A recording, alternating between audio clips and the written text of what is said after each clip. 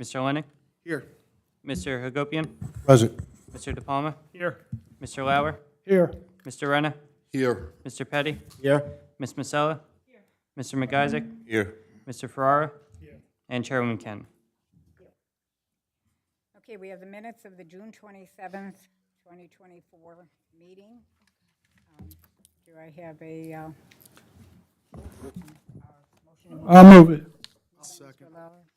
Mr. Lennon, second. Roll call, please. Mr. Lennox, Yes. Mr. Hagopian, Yes. Mr. De Palma, Yes. Mr. Lauer, Yes. Mr. Renna, Yes. Mr. Petty, Yes. Ms. Masella, Mr. McIsaac, Yes. and Chairwoman Ken. Yes. Okay, public hearing, area in need of redevelopment study entitled Intersection of the Jake Brown Road and US Highway 9 and intersection of Jake Brown Road and White Oak Lane dated April 6, 2021 and amended July 25th, 2024. Joe, before we start, I have to be sworn in. Yes, absolutely. Would you raise your right hand? Do you swear or affirm the testimony you're going to give this evening is the truth, the whole truth, and nothing but the truth? I do. Thank you. So, board members, you may recall that in March, I was here with the same study for discussion, and I had briefed the board that this is an existing study. So what you're seeing in front of you is nothing new. It's the area investigation study we did for the properties at the intersection of US Highway 9 and Jake Brown Road and White Oak Lane. At the time when I wrote this study in 2020, it included 16 properties. This is just an amendment to include one parcel, and on the list in the report, it is site number 15, which is block 10254, lot 16. This one parcel is nothing but the Cheesecake Quake Farm that is located along Route 9. At that time, when we conducted the original study, the farmers market was in operation. They were using the property. Since then, the property has been sold, the buildings are vacant, and the site just contains 4 abandoned buildings. One of them was the farmers market, one is a storage building, a greenhouse, and a barn. The site, as you know, doesn't have a proper parking lot. It's all gravel. It has multiple accesses. It absolutely has obsolete layout. It does qualify for the area investigation. It meets the criteria of the redevelopment law. It meets criteria B, D, and H. B being the property has been contains abandoned buildings. It has been vacant for more than 2 years. D for the obsolete layout or the unsafe parking conditions and circulation.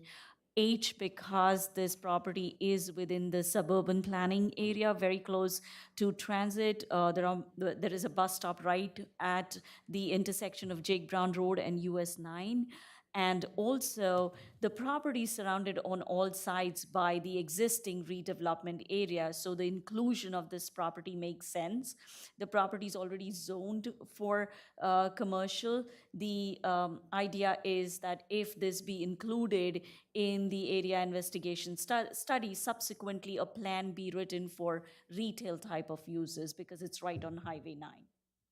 So I would recommend the board make a recommendation to the council to include this one parcel within the existing area investigation study, or the redevelopment area, rather. I'll take any questions. Does anybody have any questions? Comments? Yes, Mr. Lauer. Vina, what zone is that property currently at? It's the EDO 3 zone. Okay, and adjacent to it, is it EDO 2? Correct. So what would happen is, I haven't really looked at the concepts yet, but I would assume we would just extend the EDO 2 zone into this so that it includes the area, because the parking lot is in, the commuter parking lot is in EDO 2, so it would make sense to just merge these two and create EDO 2.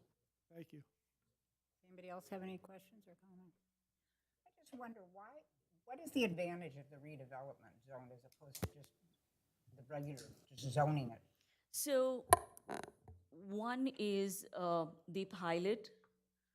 right? Because you get the payment in lieu of taxes, which was offered by the state. That's how the redevelopment law was written. Otherwise, there wouldn't be incentive for a developer to come in, invest in the town, and especially when there are a lot of off-site improvements involved. As you know, with this redevelopment project, the off-site improvements have been worth $40 million. So it has been all the roadway infrastructure that has been proposed, and when you traverse around the town, you must see that they have been actively working. So in order for them to support the project, I think it's important to include them in a redevelopment plan. Okay, and they have to adhere to all the requirements that are stated in the zone. Yes. That's not all waived because it's a. No, no, not at all. Not at all. So they will. So what will happen is after this, I'll work on a redevelopment plan. I will write the bulk standards, the design standards. After that, once the council adopts it, that becomes the ordinance. So that creates the EDO2 zone for this property. After that, the developer comes and files an application. He comes in front of the planning board, and the planning board reviews it like any other application and votes on it. Okay, and the zone, it is zone commercial. Yes. The intent is this, I know your fear, it's not going to be a warehouse. The zone currently is also commercial. It is along Route 9. It's it's right for development. It's right across Regency Center, which is being built, and the construction is really going on fast. I have been so busy just reviewing plans and giving administrative approvals, and they are going through the permitting process. So we expect similar type of development on the other side of the highway as well. Okay, I know I'm being skeptical, but if they come in and the redevelopment is granted, can they then go to the zoning board and try to get the zone changed? I mean, anybody could go to the zoning board, but I think it's a question more for Joe. Yeah, I mean, once we adopt a redevelopment plan, that again becomes the zoning for it. With redevelopment, though, if the municipality can enter into redevelopment agreements with the proposed developers, and doing so, they can work out and negotiate agreements whereby they will agree, or the township can force the developer to say, no variances, you have to come in with a fully compliant plan. That's the other benefit of redevelopment, is you get to negotiate more of the development itself rather than just coming in with a compliant plan or a non-compliant plan seeking variances. You also can negotiate off-site improvements that can be included in the redevelopment agreement that you can't with typical, traditional type of land use applications.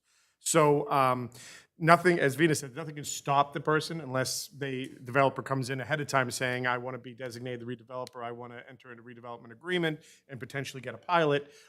Then they have to work with us. And then the town can then say, well, if you're going to do that, this application, maybe can't come in with a variance, or nothing that would trigger a zoning board approval instead of the planning board, or you can work out those terms. Okay, so we remain in control. Absolutely. You actually usually get more control through redevelopment. Actually, the planning board gets more control when it is redevelopment. The zoning board is literally kept out. Does anybody else have any questions or comments? And it's a public hearing, so we have to open up to the public as well. Okay. Anybody in the public would like to comment on this item? Seeing no hands, we'll close the public portion. Okay. Do I have a motion? Yeah, just to be clear, I did, next one on the item on the agenda is a resolution that was anticipating the board being in favor of this application. Oh, okay. So if we can maybe just have a motion and then a second and roll call on the adoption of the resolution, that will suffice as being the board's All right. approval of the recommendations from the planner. Okay. So do I have a motion for the resolution? I'll move it. Okay. Moved by Ms. Second. Second by who?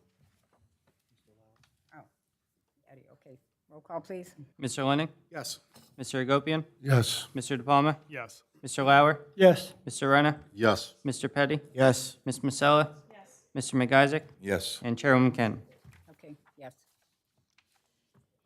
Okay, application 49-20 2023 PHHFT Urban Renewal LLC, amended major preliminary and final site plan.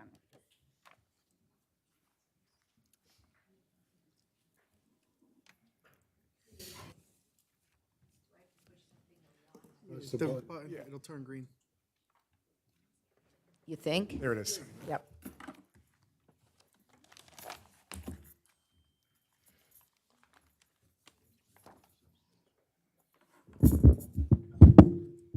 Good evening. My name is Meryl Gonsher. I'm a member of the firm of Sills, Cummins, and Gross, attorneys for the applicant HHFT Urban Renewal LLC, previously HHFT Holdings LLC, when we initially appeared before the board. This evening, we are seeking amended preliminary and final site plan approval, seeking authorization to use a mezzanine area, which was authorized to be permitted and constructed at the time of construction of the 325,840 square foot warehouse building located at 1800 Waterworks Road, and known as Block 6303, Lot 3.15. The property was the subject of an earlier preliminary and final site plan application, number 27-16Z, which was decided by the Old Bridge Township Zoning Board of Adjustment, which approval was memorialized by resolution dated December 15, 2016. Subsequent to the grant of that approval, but prior to my client seeking building permits, the applicant sought authorization to include a mezzanine area of approximately 13,000 square feet, which had been inadvertently omitted from the architectural plans that had been submitted along with the 2016 site plan application. The applicant submitted a request to the zoning board and appeared before the board and obtained authorization, which they characterized as administrative. However, the action, which was memorialized in a letter from the Zoning Board Council dated December 5, 2017, and which was included in the initial application that we filed with you, provided that amended site plan is not required due to the lack of impact or creation of any new site issues as a result of the proposed internal modifications to the building, and found that the mezzanine area will be conditionally approved only for the purpose of permitting and construction. However, said area cannot be finished or used as an office space until the applicant appears before the board and receives approval. As I indicated, we did appear before the board in 2017. We were asked and testified to the fact that the mezzanine area was not anticipated for any third-party tenants, and there would be no portions of it leased out to any other users. And based upon that testimony and others, and answering the board's questions, they felt that they could grant that approval as it was characterized.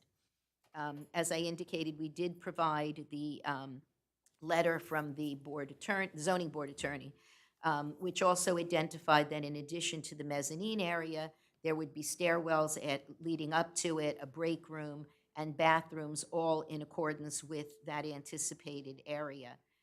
And it actually broke out approximately 890 square foot break area, about 900 square feet for stairwells, bathroom area, in addition to an actual 10,000 square foot mezzanine area, which would be used for office and some showroom type uses that had been testified to as part of the application back in 2016. We first made this application in June of 2023. The mezzanine had been constructed at the time the rest of the building was built, and it was part of the permits that were granted for the overall building. We appear before you because sometime in late 2020, during COVID, the mezzanine was in fact put into operation without coming back to get that approval. No one was aware or had recalled that they were violating a condition. There was an inspector in the building for another reason. Some periodic inspection, realized it was being used. We were issued a violation notice, and this application followed to bring us into compliance with the approval. Just as a bit of history, in 2016, this was a zoning board application.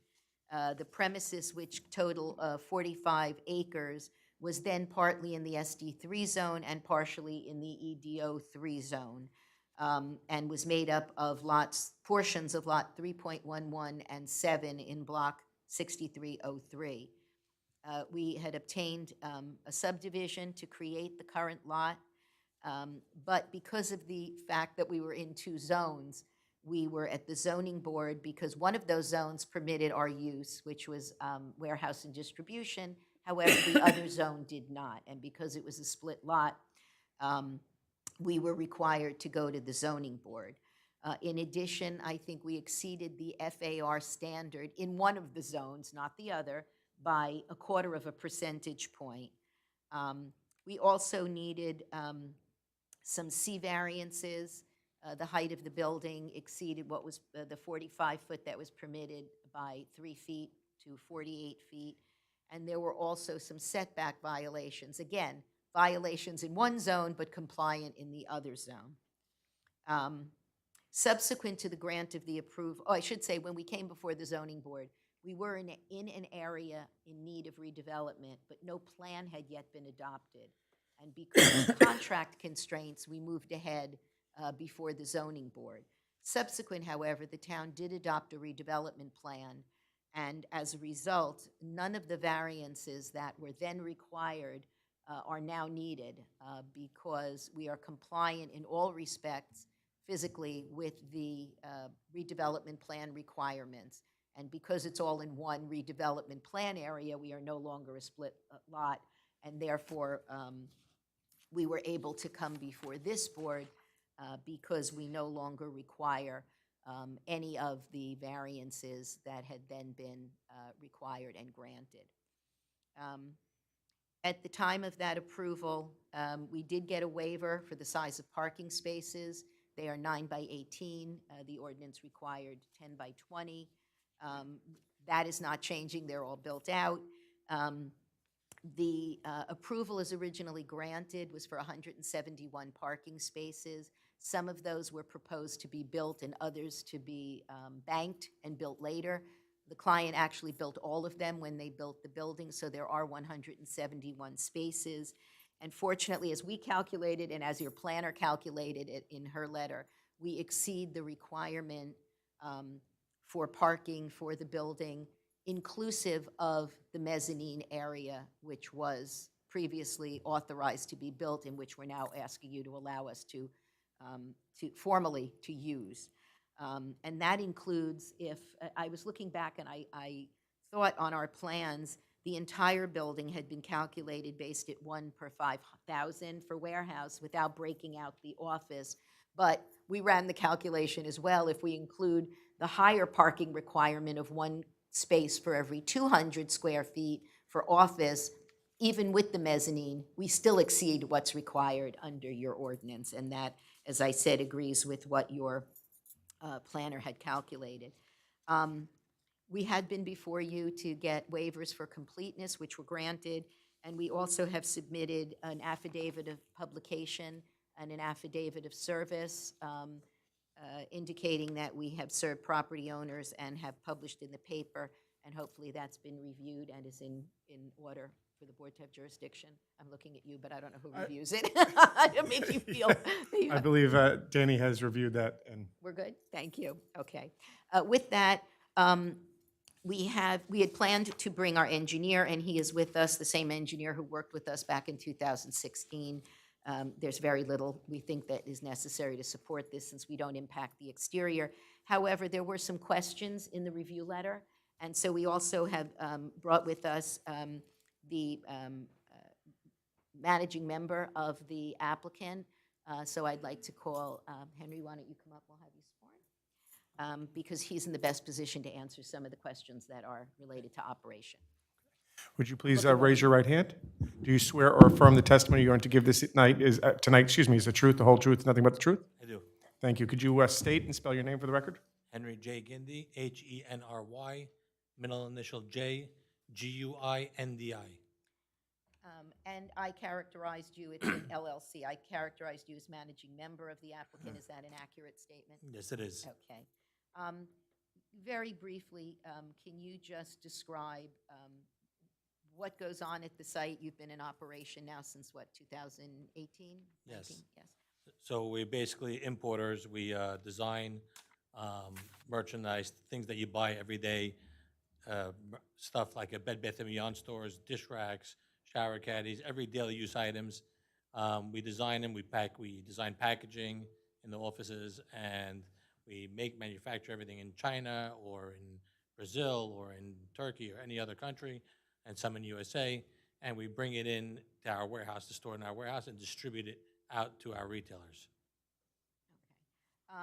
And that is the same operation that we described to the other board when we were before them in 2016. That's the same operation that you've been Yeah. in for a number of years? 30 years, yeah. Okay.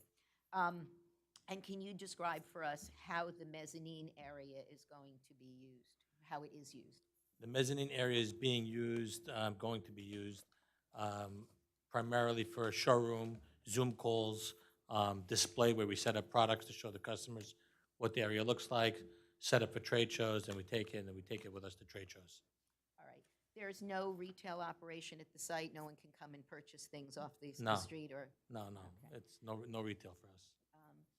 Now, the approval that was granted in 2017 allowed you to get permits and build the mezzanine, but you weren't supposed to be using it. How did you come to be using it in the intervening period? Well, it wasn't even, we were never using it because we never needed it. Came COVID, and the whole world changed. And everybody had to pivot and figure out how to get things done. So we couldn't go to trade shows, we couldn't show product anywhere. So we somehow started like placing things on the floor and showing customers on Zoom and putting it on like display boards. And that's how it all started. And that's how we just started, using it during COVID. Everyone had to readjust and figure out how to make business work. Zoom, we were new to Zoom. We were new to doing things on the camera. We needed a big open area, and it was sitting right there. Now, I did ask my client to take pictures of it today. If the board has an interest in seeing it, we have a number of different photos we could mark as exhibits. Unfortunately, since I was the one making the copies, I have 5 of each, but there are a number of different views of it. If the board would like to see it, we're happy to provide it. If the board is less than curious about it, we're fine with that, Yes, too. and you we'll can just just, go on. we can pass them around. Okay.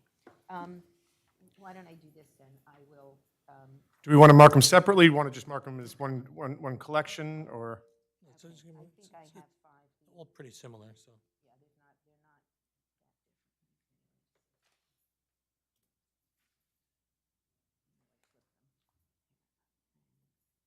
The first one that we're doing, I don't even know how to distinguish them, it's just first view.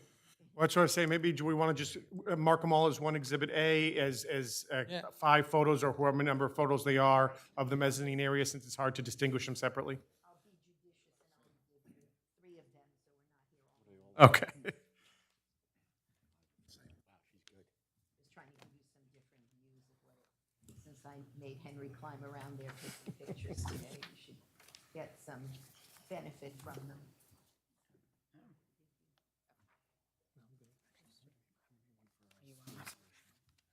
So A1 would be 3 different views of the mezzanine in operation. Yeah, I think that's probably the best way to do it, simple.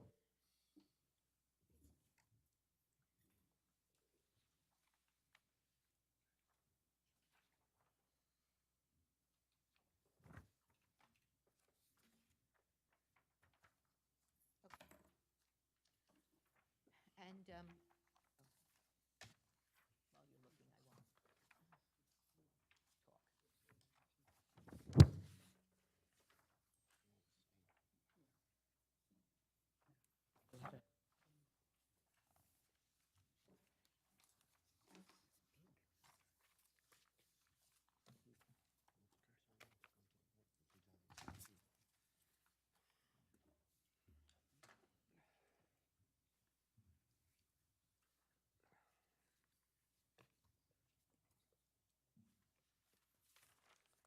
And while they're looking at those, just for the record, those were taken today by, Myself. okay, thank you.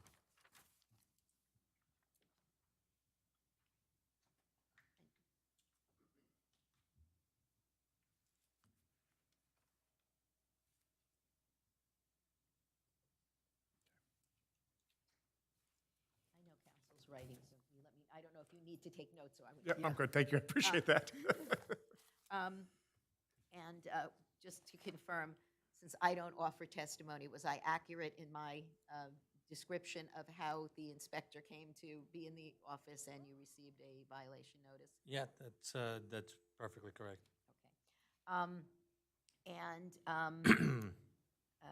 So it's accurate to say then that the mezzanine area is not broken into individual offices, no employees are up there Correct. as their location? Okay, Correct. thanks. And you've confirmed that there are no retail sales there.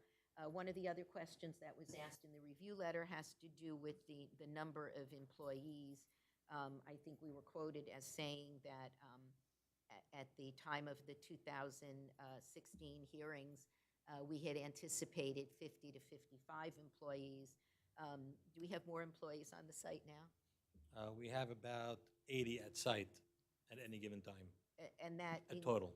The most, okay. And does that include people who work in the design area, people who are in the first floor office, as well as the warehouse employees? That's everybody. Okay. And are the warehouse employees in shifts? Do they work in shifts? We have 2 shifts, but the night shift that we have is very minimal. It's only 6 people to 7 people at night. Okay. And are they sort of staggered? In other words, does the day shift come in at a different time than the office and design people? Yeah, there's no overlap, if that's your question. Yeah, okay. So from your perspective, the use of the mezzanine has not generated, that's not the source of any additional employees, that's just general growth in the business? The use of the mezzanine is only for display. It's not adding employees. It's just more convenience.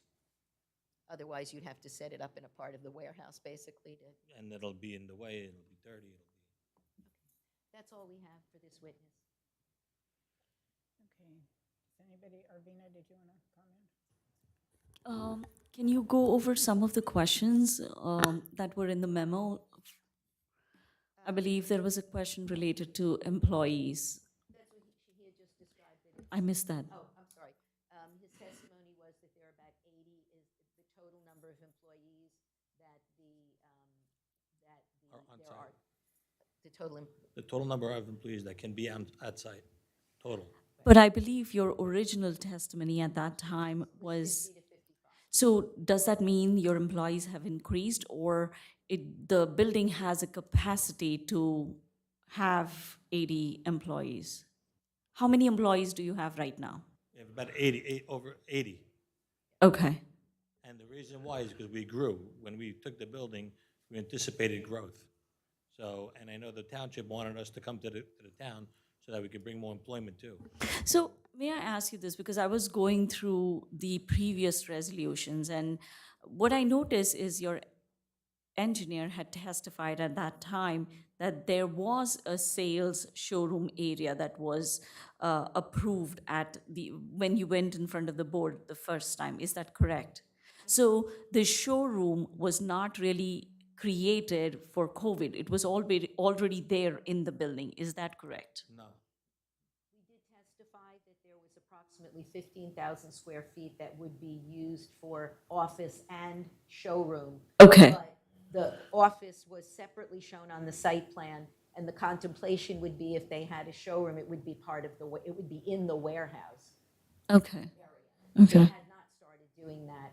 The testimony was that they actually started doing that really in around the time of. Oh, so although there was a showroom area, or the concept was included in the original application, you never had it, and you started really using that during COVID. Is that right? I just want the board to understand. What I'm trying to get at is, I want the board to understand that the retail showroom component, no, when somebody comes and places an order, right, that to me is sale. that was already contemplated in the original application. It is not something new that was added now. You had an approval for it before. That's what I'm aiming at. Right.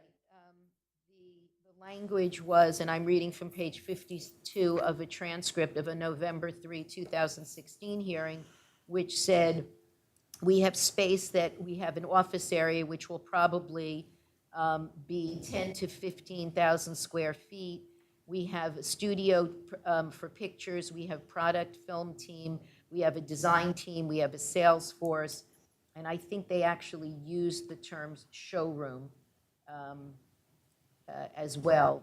Right, I saw that in the resolution as well.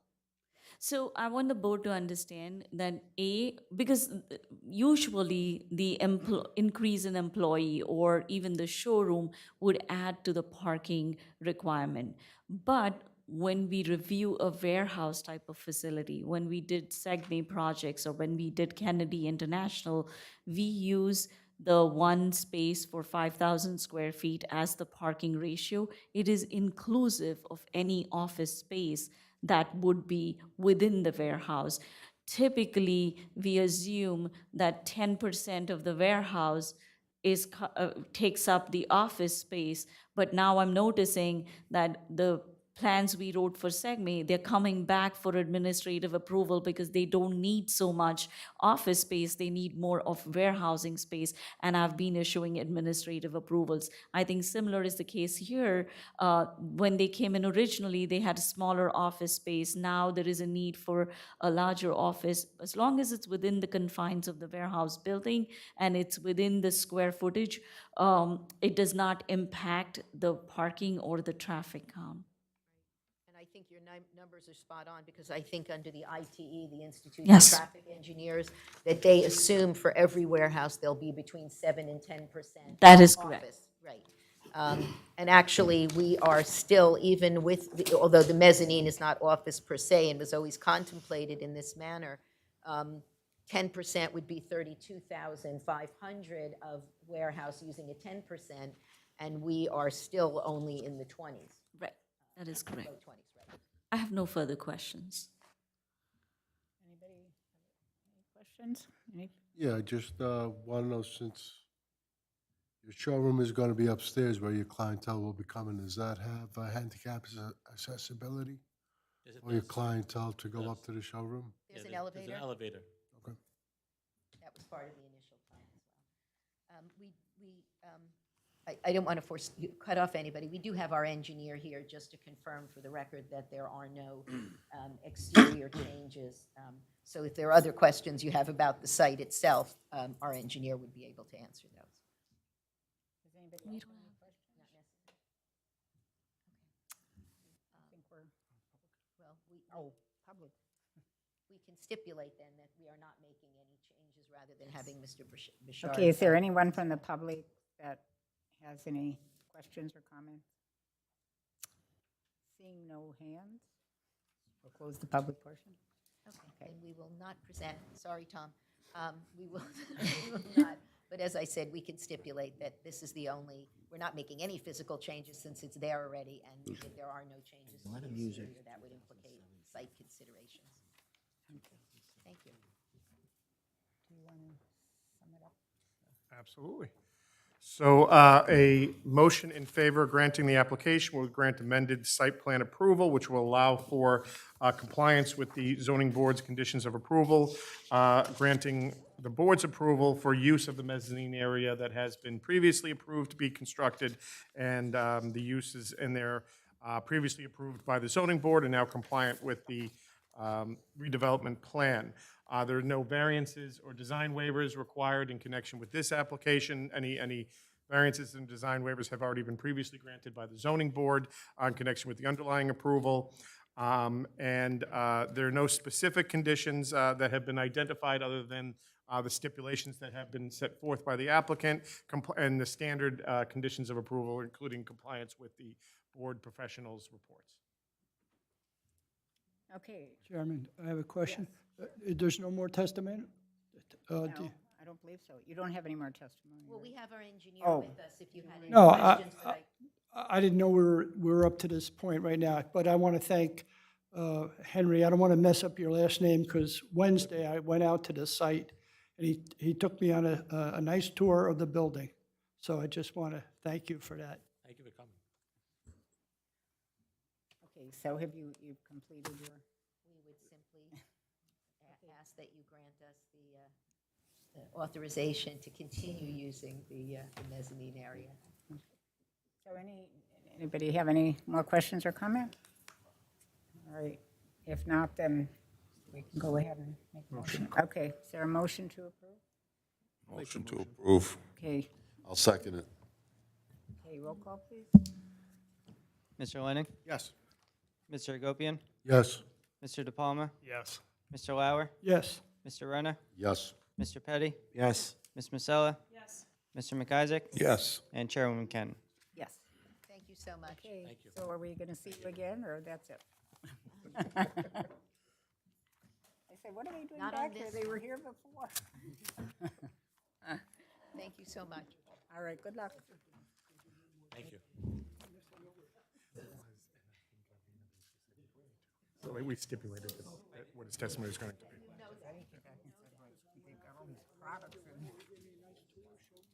Yeah. Did you get some products?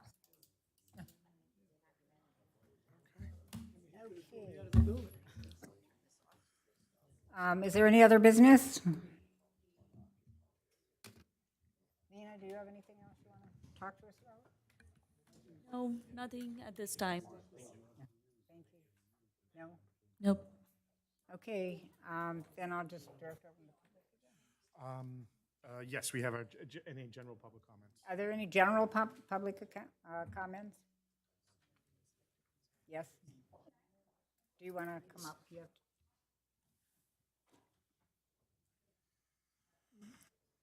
Just have to state your name for the record, please.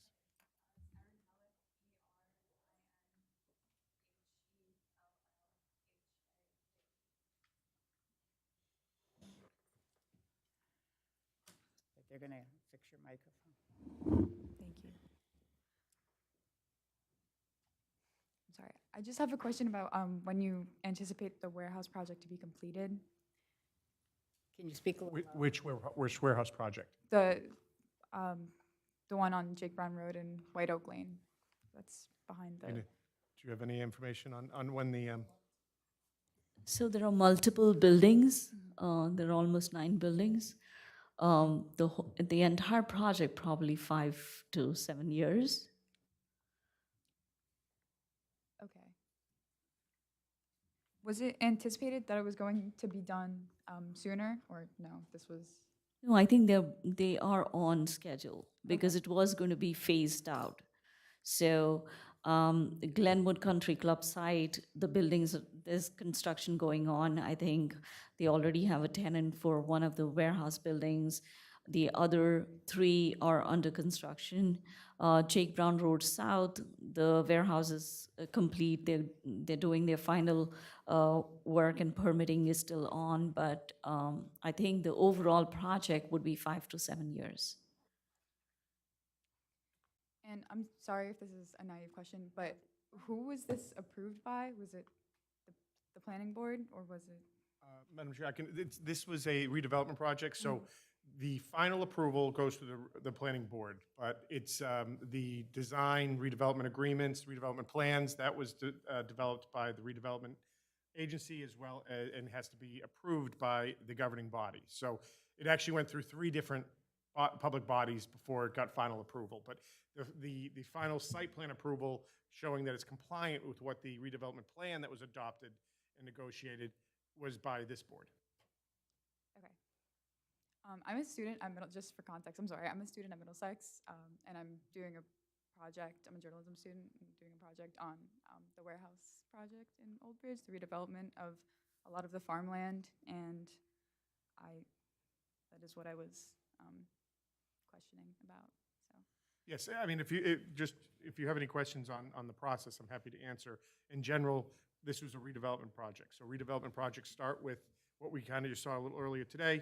The governing body finds a site, or a developer has a site, and they ask the municipality to consider it for redevelopment.